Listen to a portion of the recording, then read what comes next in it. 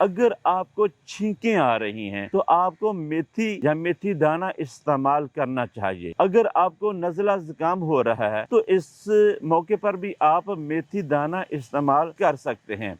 अगर आपके वजूद के अंदर चर्बीला मवाद ज़्यादा है और साथ जिगर कमज़ोर हो रहा है तो ऐसे मौके पर भी आप मेथी दाना इस्तेमाल कर सकते हैं। अगर जिगर का फ़ेल कमज़ोर हो रहा है और मैदा और आंतें भी मुतासर हैं तो ऐसे मौके पर भी मेथी दाना इस्तेमाल कर सकते हैं। मेथी दाना गुदूदों की इन्फेक्शन को ख़त्म करने के लिए इस्तेमाल की जाती है। जहाँ कहीं गुदूदों में इन्फेक्शन होती है वहाँ पर मेथी दाना का इस्तेमाल किया जा सकता है।